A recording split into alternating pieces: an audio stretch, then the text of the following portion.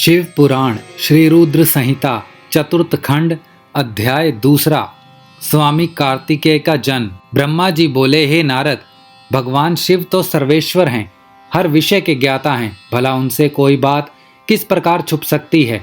भगवान शिव तो महान योगी हैं और सब कुछ जानने वाले हैं, इसीलिए उन्होंने अपने योग बल से यह जान लिया कि मैं विष्णु जी सभी देवताओं को साथ लेकर उनके द्वार पर आए हैं। तब वे बड़े हर्षित हुए और हम सब से मिलने के लिए द्वार पर पधारे और हमारी स्तुति को स्वीकार करते हुए बोले, आप सब एक साथ यहाँ क्यों पधारे हैं।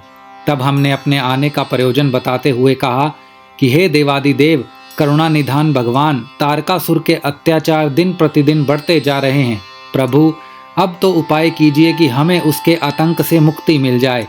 देवताओं के इन वचनों को सुनकर भगवान शिव दुखी हो गए और कुछ देर तक चुपचाप कुछ सोचने के बाद बोले, हे देवताओं, आपके दुखों को मैं समझ रहा हूँ, परंतु मेरे लिए एक कठिन समस्या है कि मेरे द्वारा किए गए शक्तिपात को कौन धारण कर सकता है। ऐसा कहकर उन्होंने अपना शक्तिपात धरती पर गिरा दिया। तब सब देवताओं ने अग्निदेव से प्रार्थना की कि वे भगवान शिव की उस शक्ति को कपोत बनकर धारण कर लें। तब देवताओं का आग्रह स्वीकार करके अग्निदेव ने कपोत रूप धारण कर उस शक्ति को अपने अंदर समाहित कर लिया। जब बहुत देर तक भगवान शिव देवी पार्वती के पास वापस नहीं पहुंचे तो परेशान होकर देवी स्वयं उन्हें देखने बाहर चली आई। वहां जब उन्होंने अग्निदेव को उस शक्ति का भक्षण करते हुए देखा तो वे क्रोधित हो गई। उस समय उनकी आंखें गुस्से के कारण लाल हो गई थी। तब देवी पार्वती ने अग्निदेव से कहा, हे दुष्ट अग्निदेव, आपने मेरे पति त्रिलोकीनाथ की शक्ति का भक्षण किया है, इसीलिए आज मैं तुम्हें शाप देती हूँ कि तुम सर्वभक्षी होगे। जो भी तुम्हारे संपर्क में आएगा वह तत्काल नष्ट हो जाएगा। तुम सर्वथा इस आग में स्वयं भी जलते रहोगे। अग्निदेव को क्रोध में यह शाप देकर देवी पार्वती वहां से चली गई। उनके साथ शिवजी भी वहां से चले गए। इधर समस्त देवताओं द्वारा अग्नि में होम करने से और अन्न आदि के सेवन द्वारा वह शक्ति सब देवताओं के शरीर में पहुंच गई। उस शक्ति की गर्मी से सभी देवता दुखी हो गए थे। तब सब पुनः भगवान शिव की शरण में पहुंचे और उनसे हाथ जोड़कर प्रार्थना करने लगे कि भगवान, हमें इस जलन से मुक्ति दिलाएं। हम सब की पीड़ा अनुभव कर उन्होंने हमसे कहा कि इस शक्ति के ताप और जलन को बंद करने के लिए उसे हमें अपने शरीर से वमन के द्वारा बाहर निकालना होगा। भगवान शिव की आज्ञा मानकर हम सभी देवताओं ने वमन द्वारा शिवजी की उस शक्ति को अपने शरीर से निकाल दिया। उसके निकलते ही सब ने संतोष की सांस ली और महादेव जी की स्तुति करके उन्हें धन्यवाद दिया। परंतु अग्निदेव की पीड़ा किसी भी प्रकार कम नहीं हो रही थी, उनका हृदय जल रहा था। तब मैंने अग्निदेव को भगवान शिव की शरण में जाने की सलाह दी। मेरी बात मानकर अग्नि देवता ने भक्त वत्सल भगवान शिव की बहुत स्तुति की। तब शिवजी प्रसन्न हुए और बोले, कहिए अग्निदेव, आप क्या कहना चाहते हैं। तब अग्निदेव ने हाथ जोड़कर भगवान को प्रणाम किया और उनकी स्तुति की। तत्पश्चात वे बोले, हे देवादिदेव, कृपा करके मेरे अपराध को क्षमा कर दीजिए। मैं बहुत बड़ा मूर्ख हूँ जो मैंने आपकी शक्ति का भक्षण कर लिया। आप मुझे क्षमा करें और मुझ पर प्रसन्न हो। भगवान, मुझ पर कृपा कर इस शक्ति के ताप को कम करके मुझे मुक्ति दिलाइए।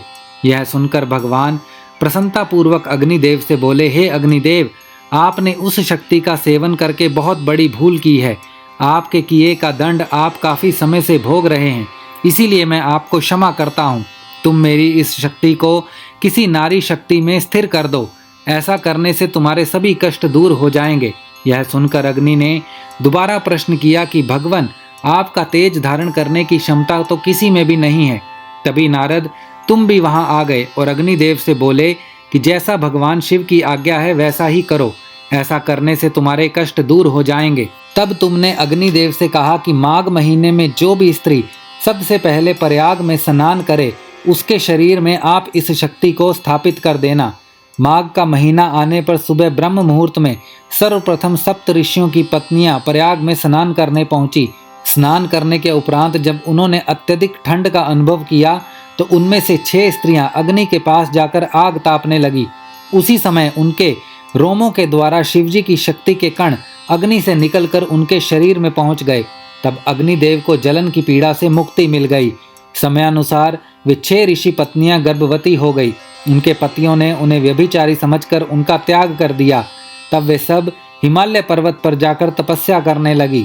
वहीं उस पर्वत पर उन्होंने कई भागों में मानव अंगों को जन्म दिया, परंतु वह पर्वत उनके भार को सहन नहीं कर सका और उसने उन्हें गंगा जी में गिरा दिया। गंगा जी ने उन्हें जोड़ दिया, पर वे उस बालक के तेज को सहन नहीं कर सकी और उसे अपनी तरंगों में बहाकर सरकंडे के वन के निकट छोड़ दिया। वह तेजस्वी बालक मार्ग शीर्ष में शुक्ल पक्ष के दिन पृथ्वी पर उत्पन्न हुआ। उसके पृथ्वी पर आते ही सभी को आनंद की अनुभूति हुई। आकाश में दुदुम्बियां बजने लगी और फूलों की वर्षा होने लगी। श्री रुद्र संहिता चतुर्थ खंड अध्याय दूसरा समाप्त।